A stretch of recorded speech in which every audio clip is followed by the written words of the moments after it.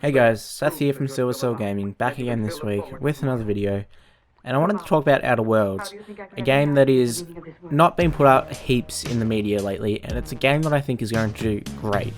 It's developed by Obsidian, the guys behind Fallout New Vegas, who made that game in an incredibly short amount of time, but is considered one of the best Fallout games ever. So what exactly is Outer Worlds? What is it about? What does it focus on? It is an RPG, and that means you have many options to choose from. You can be a hero, a villain, or as this game likes to put it, a complete psychopath. Now, it goes as any standard RPG, you're an unnamed character, and you somehow expectedly end up in the situation and area that you are. This game gives us the setting of your character on a ship that was transporting humans to a newly formed colony, a duo of planets on the edge of the galaxy, which I think is interesting, and it's going to give a nice sci-fi touch to an RPG. Something that we're seeing a lot more lately, with sci-fi being implemented into RPG games, specifically kind of cyberpunk, but this looks to go for the more kind of steampunk approach more than the cyberpunk approach, which makes sense with Fallout New Vegas kind of having that aesthetic to it, I guess. This game seems to separate itself a lot from Cyberpunk 2077, which I'm happy to see, but it also has elements of Fallout in it, but it clearly separates itself from the pack. But look, essentially, the game has a very similar start to Fallout 4. The game, at the beginning, you've been in cryosleep for about 70 years, I think it was, and you shouldn't be able to survive that, but you somehow do, and there's other travelers there and all that stuff. But this colony isn't really nearly formed anymore, and you can choose to help this scientist or immediately turn him into the corporate authorities. And the corporate authorities are kind of the villain, in a way, or they can be your friend, I guess. This game has massive choices that affect the in-world game massively, but it seems to be inspired by not only Fallout, but No Man's Sky in a way. It looks a bit like No Man's Sky if it was a first-person RPG, sorry. But the game kind of focuses on, do you choose to be a part of an authority, or do you choose to overthrow it? But it just kind of depends what you want to do. But the main story is massive. It has so many branching factors, like I said before, with choices affecting the world and the characters. It seems that it's going to be a lot like the new Dying Light game, which looks amazing. So who knows how this game's going to play out and what choices are actually going to affect the world. Unlike certain games where it's a part of the marketing, but the choices don't actually affect the world. This is a big thing to do with Telltale. I saw it in Assassin's Creed Odyssey, where your choices aren't really doing anything, they're just kind of there as a gimmick.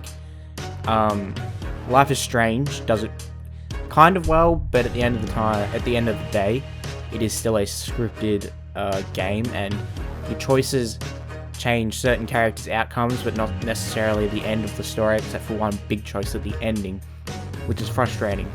But a game like this, where every choice matters, and no matter what we do, everything that we do affects this ending, and we get certain endings because of it, and the choices we made have affected the world.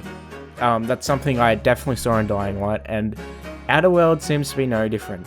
Now, as I touched on before, there are two main planets that the story takes place on, and one is a much more populated planet, and it's kind of like a main city.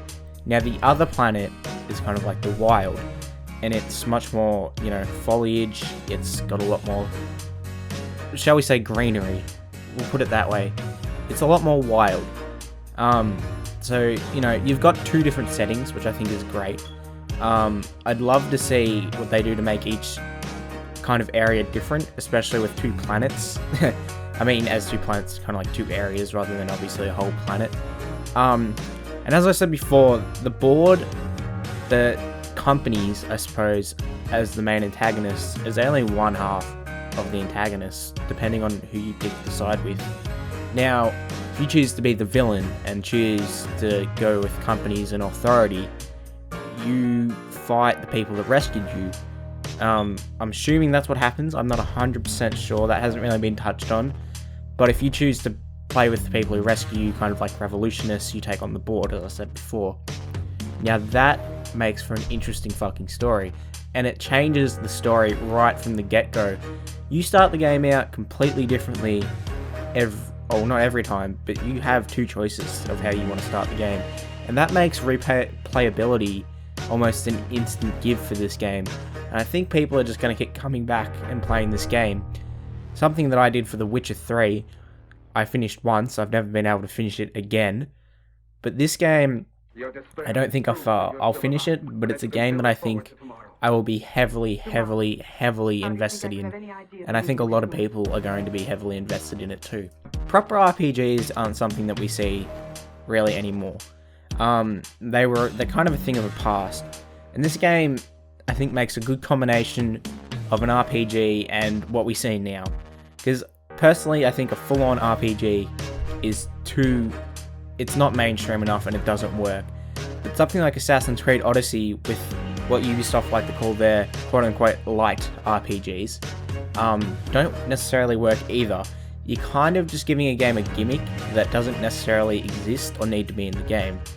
Now, something like Cyberpunk 2077 or The Witcher 3, they do these perfectly with multiple quest lines, and it's not necessarily always linear.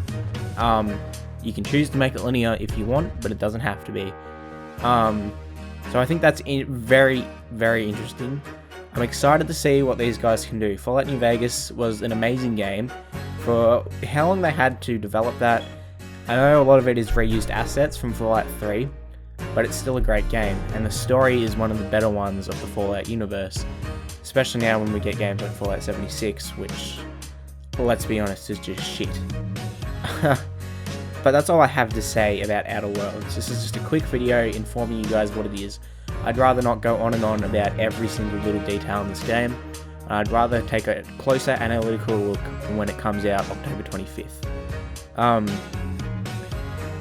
That's the same day as Call of Duty comes out, so I think that'll be interesting for sales, because a lot of people are going to pick one of the two, and I think people actually might pick Call of Duty this year. But if you've got the money, I recommend getting both. I will definitely be getting both, and there will definitely be a review out for this game, or a kind of analytical kind of look on it on the channel. So be back for that in about a month's time. I hope I've informed you guys at least somewhat about Outer Worlds. It's a game that, like I said before, has kind of gone under the radar. It's not extremely well known. It's similar to Control. It's AAA, but it's not completely out there in the media, and it's something that I think really needs to be put out there. It looks to be a game of quality and something that, I don't know, I haven't really seen this year. This year's been a bit of not the greatest year of games. I mean, we had Days Gone, which was okay, and Control was amazing. But other than that, the games this year have not been great. So this is a game that I'm looking to have a fresh look on. Borderlands 3, hopefully I will have a video out on that next week, along with some Call of Duty beta as well, as I got the PS4 beta, hopefully. Just gotta wait for my email for the beta code. And that's all I have to say. Make sure you go check out our Twitter, our Twitch, my Twitch, it'll be in the description. I haven't streamed in 2 weeks, I'll be streaming Friday, hopefully, if everything goes to plan. Make sure you check out the website. It's a fucking awesome website. Always articles up. It's got the nice personal touch to the articles, but they're also professional at the same time. I think it's amazing, and it's what I much more prefer to read, rather than certain websites that do it a lot more, how should I say, professional, I guess. But I like a personal touch to my articles. That's how I just like to read it, and I think it just gives a nice little opinion you can get of the person that's reading it, and you kind of form your own opinion of theirs. Anyway, leave a comment down below what you thought of the video. Should I do more videos like this to inform you guys about, games that aren't extremely well known, but should be, I should talk about. I'm not sure how well this video is going to do, because I don't know who the fuck's going to watch this. Probably people that don't know what Outer Worlds is. But anyway, I'll see you guys next week for another video. Hopefully Call of Duty beta and Borderlands 3. Bye.